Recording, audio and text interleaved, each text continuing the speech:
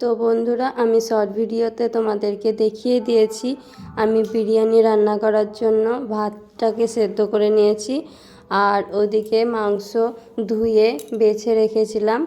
আর এদিকে দেখো, আমি চিকেনটাকে ভালোভাবে রান্না করে নিব। তা আমি কিভাবে করছি সেটাই তোমরা দেখো। বিরিয়ানি তো তোমরা অনেকেই অনেক রকমভাবে খেয়েছো, আর আজকে আমি একটু অন্যরকমভাবে বিরিয়ানি বানাচ্ছি। আমার ঘরে যেটুকু সবজি ছিল সেই সবজিটুকু দিয়েই বানাচ্ছি। তো দেখো, প্রথমে কড়াইটাকে আমি গরম করে নিয়েছিলাম। গরম করে নেওয়ার পরে এর মধ্যে তেল দিয়ে পেঁয়াজটাকে আমি লাল লাল করে ভেজে নিব বিরিয়ানির বেরেস্তা করার জন্যে। লাল লাল করে ভেজে নেওয়ার পরে আমি পেঁয়াজটাকে তুলে নিচ্ছি, দেখতেই পাচ্ছ। আর এদিকে আমি 3খানা আলু কেটে রেখেছিলাম, ওই আলু 3টাকে আমি ভালোভাবে তেলের মধ্যে লাল লাল করে ভেজে নিব। তো আলুগুলো তেলের মধ্যে দিয়ে দিলাম, দেখতেই পাচ্ছ। এটাকে কিছুক্ষণকার জন্যে আমি নেড়ে চেড়ে নিব, ভালোভাবে উল্টে পাল্টে নেড়ে নিতে হবে। নেড়ে নেওয়ার পরে একে কিছুক্ষণকার জন্যে সিদ্ধ করার জন্যে আমি ঢেকে রেখে দিব।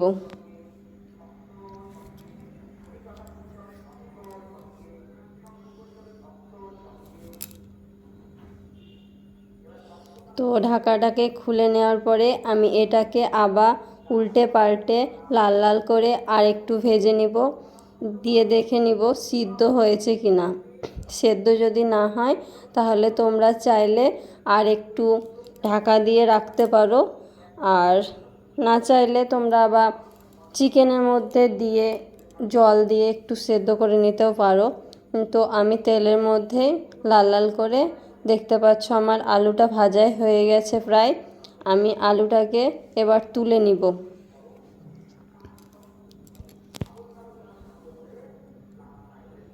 তো আলুগুলোকে আমি তুলে নিয়েছি।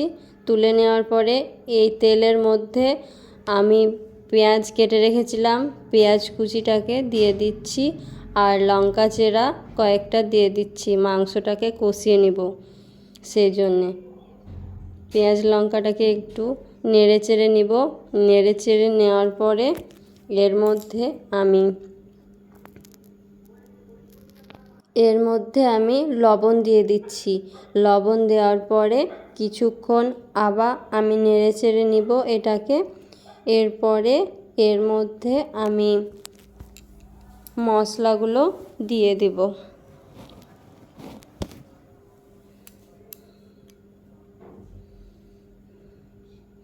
তো তোমরা অবশ্যই বাড়িতে ট্রাই করবে, আর আমার এই রেসিপি কার কেমন লাগবে পুরো ভিডিও দেখে অবশ্যই কমেন্টে জানাবে।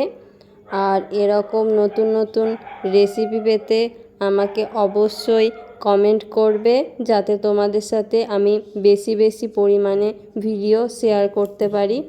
তো আমার এদিকে দেখতে পাচ্ছ পেঁয়াজটা অনেকটাই। এবার এর মধ্যে আমি আদা আর রসুন থেঁতলানোটা দিয়ে দিলাম। এটাকে দিয়ে আমি এটাকেও কিছুক্ষণকার জন্যে উল্টে পাল্টে কষিয়ে নিব, যাতে কাঁচা যে গন্ধটা থাকে ও গন্ধটা যাতে চলে যায়, সেই জন্যে। তারপরে আমি মশলা দেব।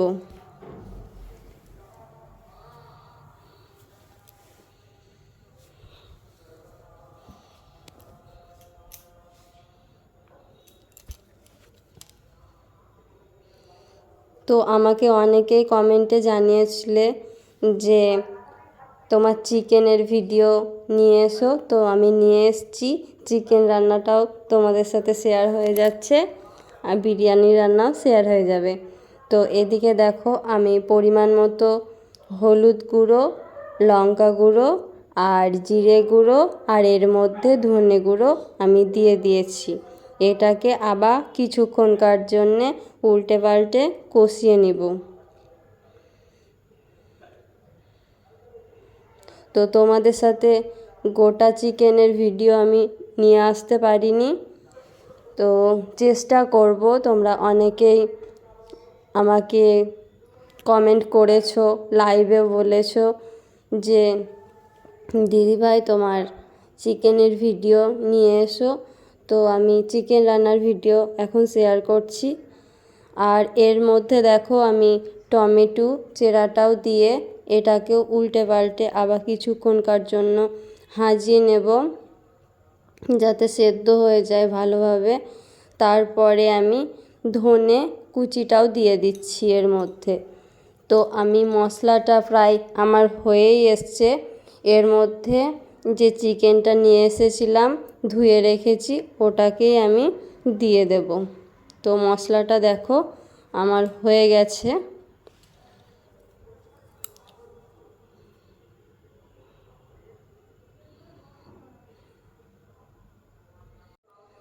তো আমি চিকেনটাকে দিয়ে দিলাম। দিয়ে দেওয়ার পরে এটাকেও উল্টে পাল্টে এধার ওধার ভালোভাবে কষিয়ে নিব, যাতে যে কাঁচা গন্ধটা থাকে ও গন্ধটা চলে যায়। তো এটাকেও ভালোভাবে উল্টে পাল্টে নেড়ে নিতে হবে, আর অল্প অল্প করে নাড়তে হবে যাতে চিকেনটা না ভেঙে যায়, সেদিকে খেয়াল রাখতে হবে। আর চিকেনের পিসগুলো আমি খুব একটা মোটা করিনি, আমি একদম ছোট ছোট করেছি। আর দুটো লেগ নিয়ে এসেছিলাম, দুটো লেগ আছে। তো তোমরা দেখতে পাচ্ছ এটাকে খুব ধীরে ধীরে কষিয়ে নিতে হবে। আর তোমরা যদি চাও এর মধ্যে একটু তেল দিয়ে দিতে পারো, কারণ আমার তেল লেগেছে, একটু দিয়েছি, সেটা তোমাদের সাথে শেয়ার করা হয়নি। আর আমি যে ছোট ছোট চিকেনের পিসগুলো করেছিলাম এগুলো আমি বিরিয়ানির মধ্যে দিব না, তাই ছোট ছোট পিসগুলোকে আমি কষিয়ে নিয়ে আমি এটাকে তুলে রেখে দিব। তারপরে আমি যে মোটা পিসগুলো করে রেখেছি ওইগুলোই বিরিয়ানির মধ্যে দিব, তাই আমি ওগুলোকে রেখে দিব।